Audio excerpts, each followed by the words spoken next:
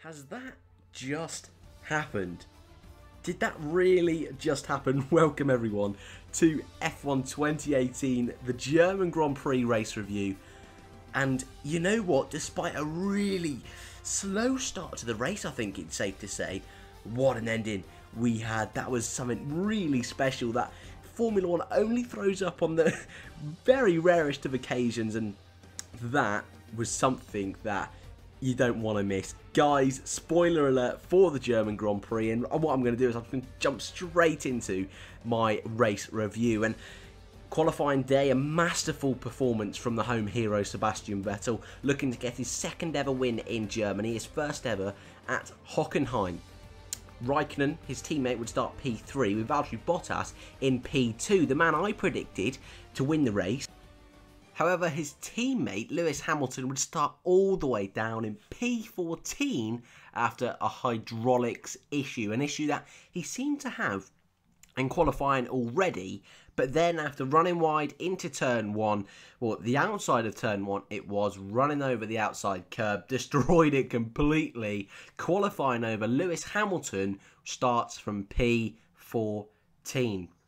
So we move on to the race, and it was pretty much one by one after lights out. Vettel had a great start along with Bottas.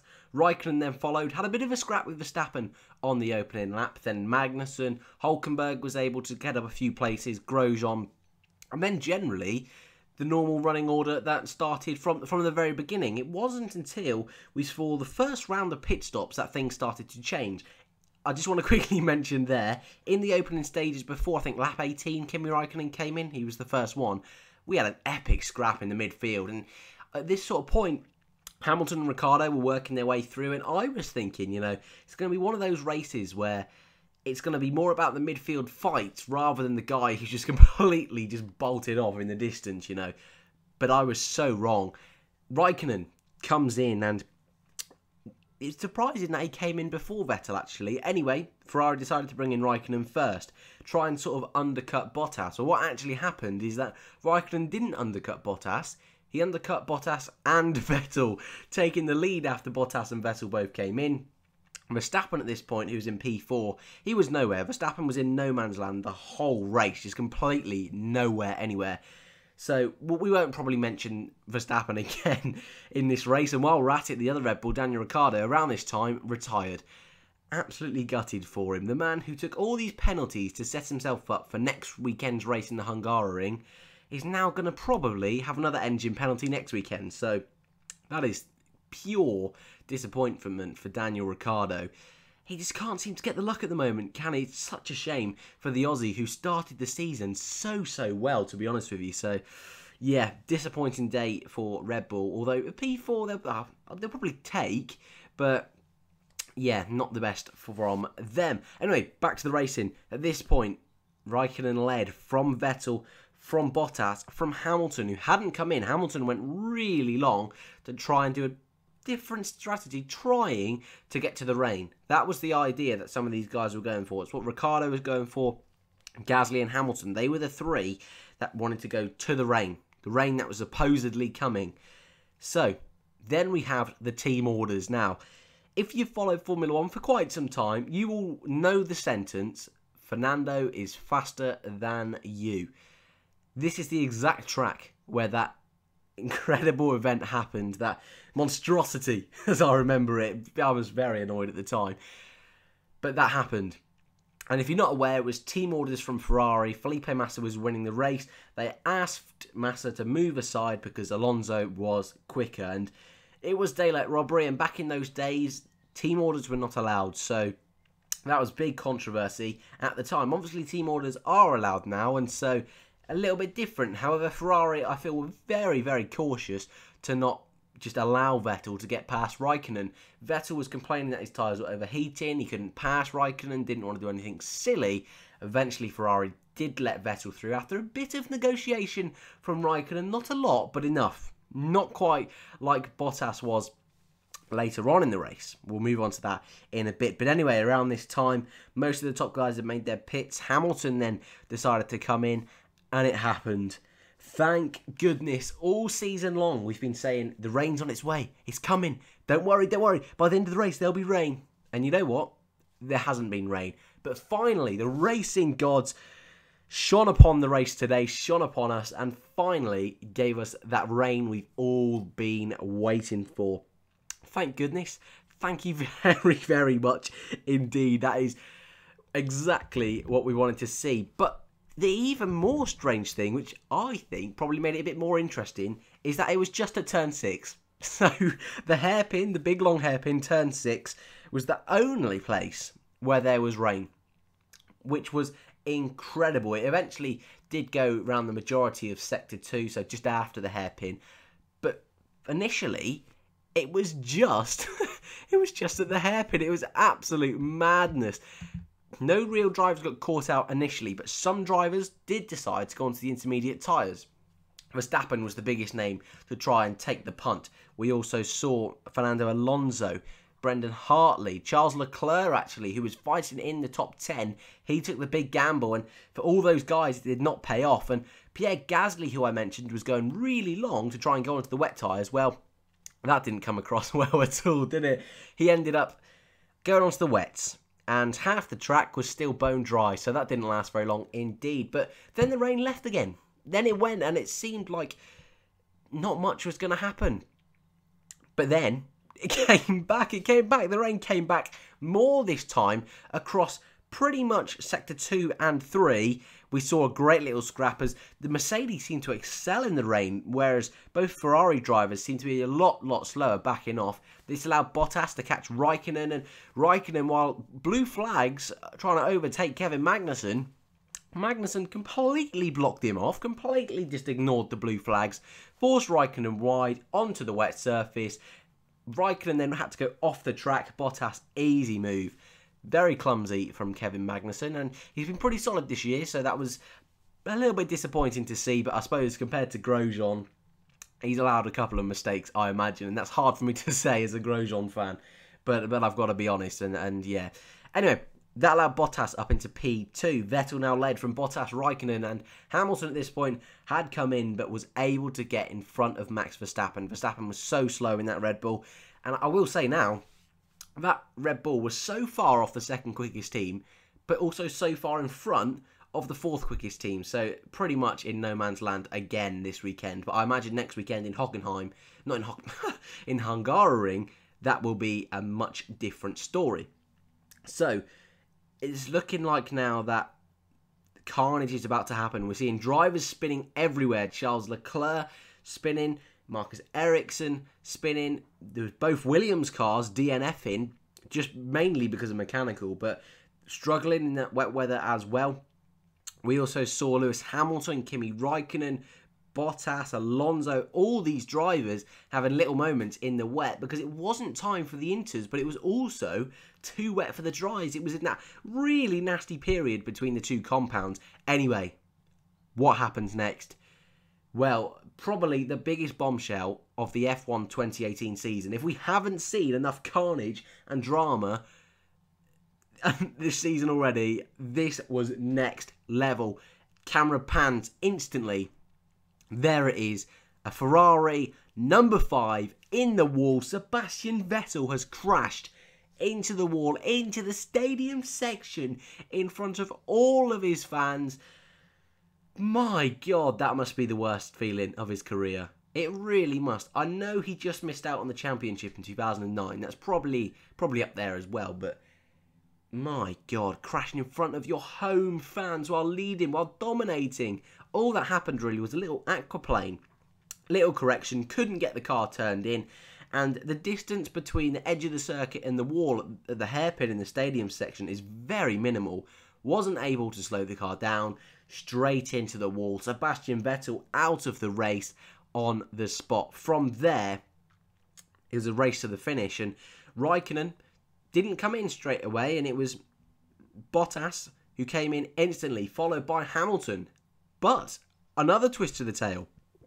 Hamilton then, while coming into the pits, crosses the grass. He's already planned to come into the pits. He's then crossed the grass to stay out. In the rulebook, you're not allowed to do. Now, this has sparked a lot of debate on whether he should have got a penalty for this, whether he shouldn't. I'm in the camp that he should. I think it's one of these rules now in Formula 1. It's very, very iffy-jiffy at the moment, Formula 1. We've seen that in the past couple of weekends where Vettel hit out Bottas, ruined Bottas's race, got a 5-second penalty. Raikkonen hit out Hamilton in Silverstone. Hamilton didn't have any damage, but Raikkonen had a 10-second penalty. The consistency's nowhere at the moment in Formula 1, and I feel this was a real chance for the stewards to stamp down their authority and say, look, the rule says you're not allowed to cut the line, so don't cut the line. Penalty, clear penalty. But what did the stewards actually do? Well, they flapped around with it. They flapped around and they got in a bit of a cry, and they're Hamilton fanboys, really. Oh my God, I can't believe I've just said that. Okay. That was brave of me. But let me just lay out my point here. They said that because it was under safety car, because of the track nature, that in theory, it wasn't an issue. Well, again, that's just completely ridiculous. Because it's under safety car, because of the track, you're not going to drive backwards, are you? You're not going to turn around. You're not going to crash into someone and say, oh, it was under safety car, so it's fine. So why would you say that? I know it's different circumstances, but why would you say that? And even people saying, oh, it's not safe, all it would have needed there is Verstappen, who wasn't coming in, or Raikkonen, to look in their mirrors to see they were coming in. They sped up. When Hamilton comes back on the track, they didn't have to see, and that could have been a crash, could have been an incident. And so I see a little bit what they mean. I cannot lie, and probably got a little bit heated there, and I apologise, any Hamilton fans. Nothing against you, it's against the FIA, but yeah, I think penalty. I do think so, but it's one of those things. I'd love to know your opinion, because I can see either side, but I'd love to know what you guys think. There's been lots of Twitter spats on Twitter, obviously, but I want sort of a I was going to say a more grown-up conversation, really. I just want to talk to you guys, really, just to see what you think about it. I think it's probably one of the most topical sort of dilemmas we've had this season so far, so I'd definitely love to know what you think about that. But anyway, from that point onwards, Hamilton stayed out. Raikkonen then came in during the safety car, so the order now went Hamilton in the lead, Bottas second, Raikkonen third, Verstappen fourth. Further down the field, we had pit stops from the two Haas cars. We had pit stops from Nico Hülkenberg, Marcus Ericsson, Brendan Hartley.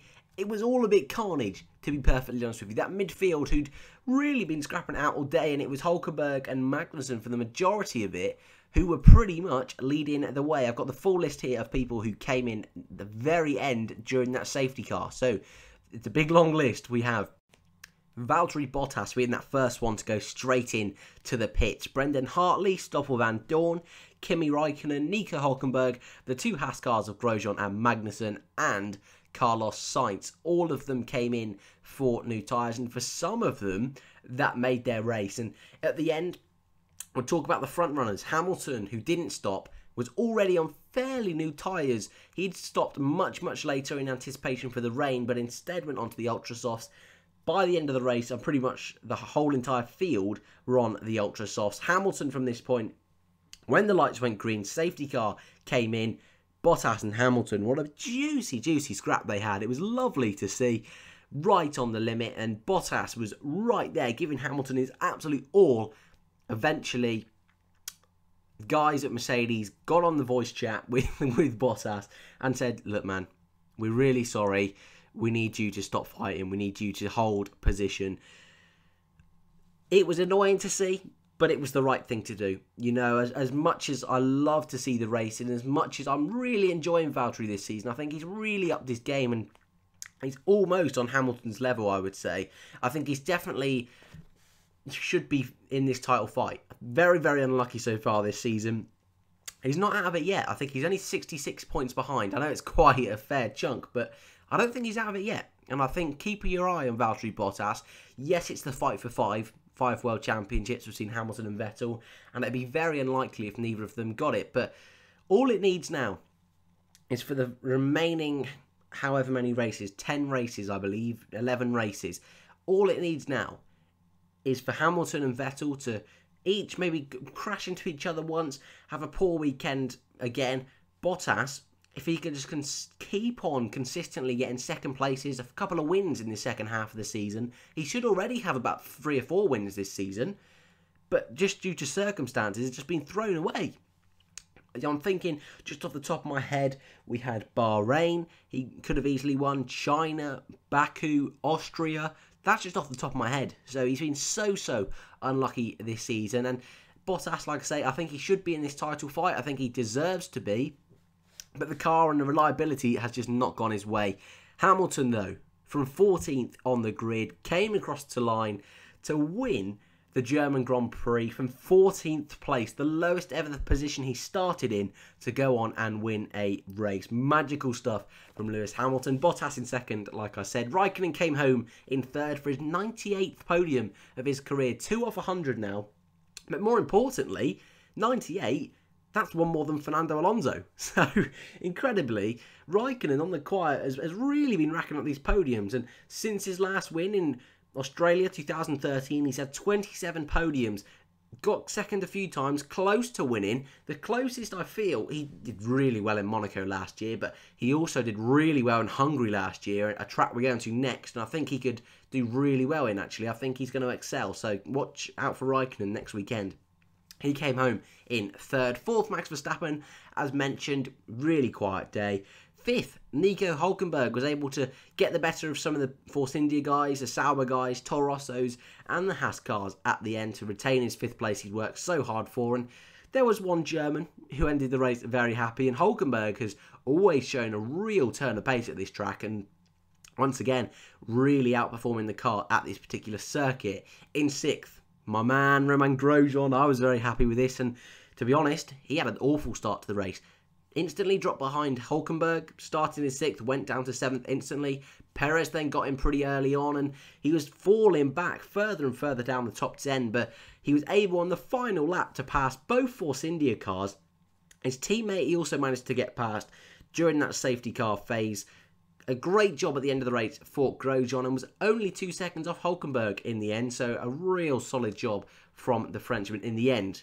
But still, it's nice to see points again for Grosjean. I've said a few times that he needs to score consistently now. That's exactly what he's pretty much hopefully started now.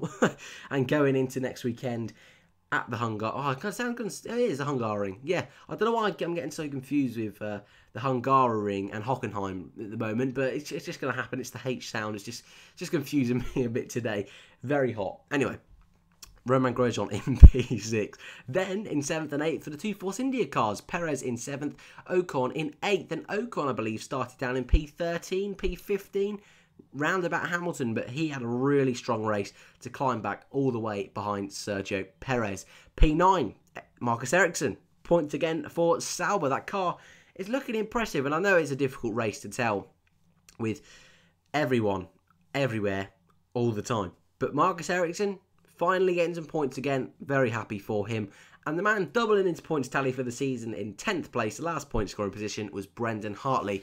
Got another point, his 2nd point of his F1 career. 2nd time in the points. He will be very happy indeed. Outperformed Gasly this weekend. Qualifying Gasly a little bit quicker.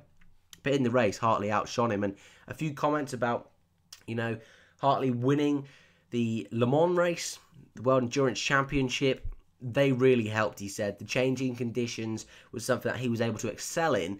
And as you can see, at the end of the race, was able to claw back a really tough weekend for Toro Rosso. But for Hartley, really great result. Out of the points then, some real big names straight away. Kevin Magnussen, who was 6th most of the race, 5th and 6th most of the race. But at the end of the day, I believe Haas double stacked. And Grosjean, for some reason, was ahead of Magnussen. So, not quite sure why. The cameras were full on the top guys at this race, which is obviously, I always say this, you want to see him focusing on the front. I'd love it a bit more if they focused on the little midfield battles as well, but obviously I know the money's at, you want to see who's fighting for the lead. I understand that, but it would have been interesting to see how Magnussen got behind Grosjean. Anyway, they double stacked. Magnussen was then behind Grosjean when the safety car restarted, but then Magnussen managed to drop back even further. So whether that was because the likes of Marcus Ericsson and Hartley were just quicker during the sort of semi-wet conditions, we don't know. But Magnussen 11th, he'll be really disappointed with that. And I think with Vettel, those two will be the most disappointed drivers this weekend. Carlos Sainz, P12.